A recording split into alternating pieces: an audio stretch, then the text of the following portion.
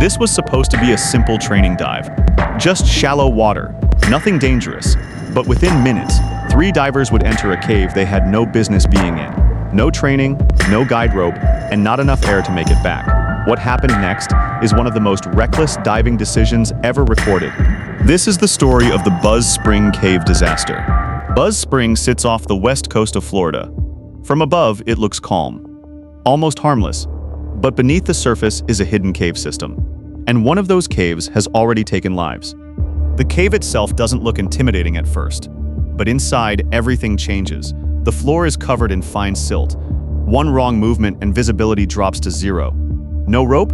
You can't find your way out. No training? You're already dead. From above, Buzz Cave looks simple, almost harmless, but cut through its cross-section, and the truth reveals itself. The first half is straightforward, no side tunnels. The second half? A labyrinth of narrow passages and deadly drops. At its deepest, Buzz Cave plunges 91 meters. This isn't a cave for open-water divers. It's not even for beginner cave divers. And the history of this place proves it. In 2005, a rookie cave diver lost his life inside. Just 1 year later, in July 2006, snorkeler Jason Boyette's curiosity got the best of him. He squeezed into the cave to take a look. 2 minutes later, he was dead. Buzz Cave is a wolf in sheep's clothing, and its danger lies in the thick layer of silt covering its floors. Kick up that silt, and visibility drops to 0 in seconds.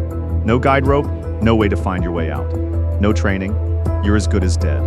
On September 30th, 2007, 3 divers arrived here for a training dive. 2 students, and their instructor, James Cummings. These 2 students were still in the introductory stage, but the real problem was the instructor. He had no cave diving certification, no experience, no idea what he was doing.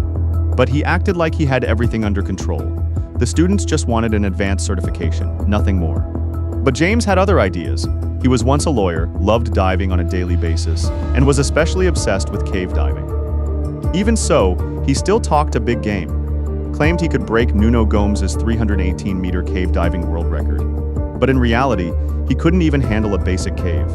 Not the risks, not the rules, and definitely not what was about to happen next. To understand how reckless James was, we have to compare him to diving legend Nuno Gomes, one of the best cave divers in the world.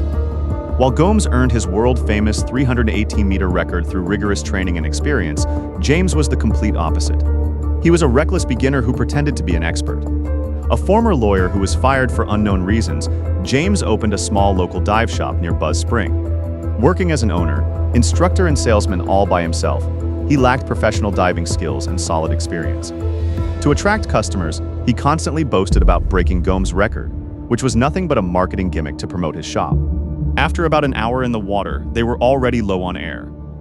That should have been the end of the dive. But then, James saw the cave entrance, and he made a decision. A stupid one. He led them inside. The plan was a 2-hour training session, so they didn't bring much air. After an hour of diving, James made a fateful decision. He took the students to the entrance of Buzz Cave. He'd snuck in once the month before, thought it was easy, and decided to give his students a cool experience. Never mind, he had no certification. Never mind, their tanks were already half empty, violating the golden rule of diving, the 1/3 rule. 1/3 air down, 1/3 back, 1/3 emergency. Never mind, they had no guide rope, no cave diving computer, no backup lights, no dual tanks. He broke every single safety rule, and his students, trusting their instructor, followed him in. At that moment, they still had a choice. They could have turned back. They didn't. The cave entrance was narrow and pitch black. As they moved deeper, fear set in. This wasn't shallow water anymore. The pressure, the darkness, the silence, but they kept following him because they trusted him. As they descended, the 2 students grew terrified. The darkness, the crushing water pressure, the feeling of suffocation. This was nothing like the shallow water they trained in. But they thought their coach knew what he was doing. They kept following. Soon, they reached the first restriction, a narrow passage that only one person could fit through at a time.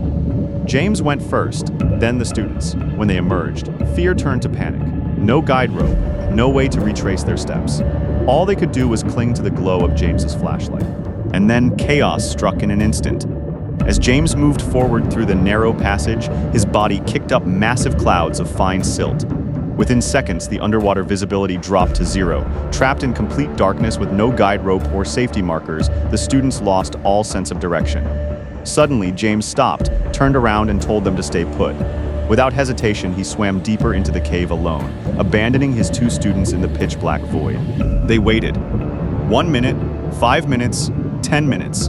Nothing. 25 minutes later, their air was almost gone, and they had no choice but to move. Blindly, they tried to find their way back. No visibility, no guidance, just instinct. Against all odds, there were no side tunnels on the way out. They fumbled their way back to the entrance, skipped decompression, and shot to the surface. Decompression sickness hit immediately. Sharp pain, dizziness, but it was bearable, thanks to the relatively shallow depth. When they got to the boat, James was nowhere to be found. They waited another 15 minutes, hope fading with every second.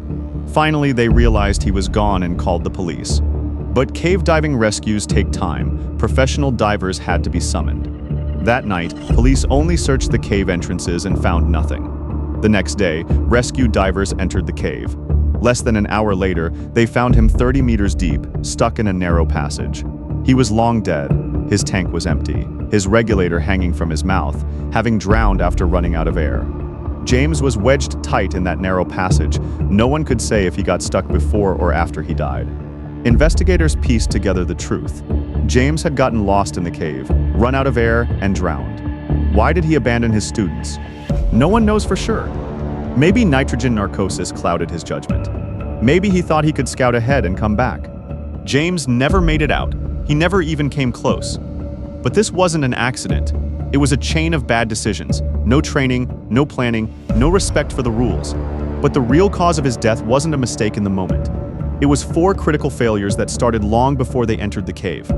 First, he ignored cave diving protocols, entering a cave without a guide rope or safety markers. Second, catastrophic air management, diving into a cave with only half a tank of air, violating the 1/3 rule. Third, no proper equipment, no backup lights, no dual tanks, no cave diving computer.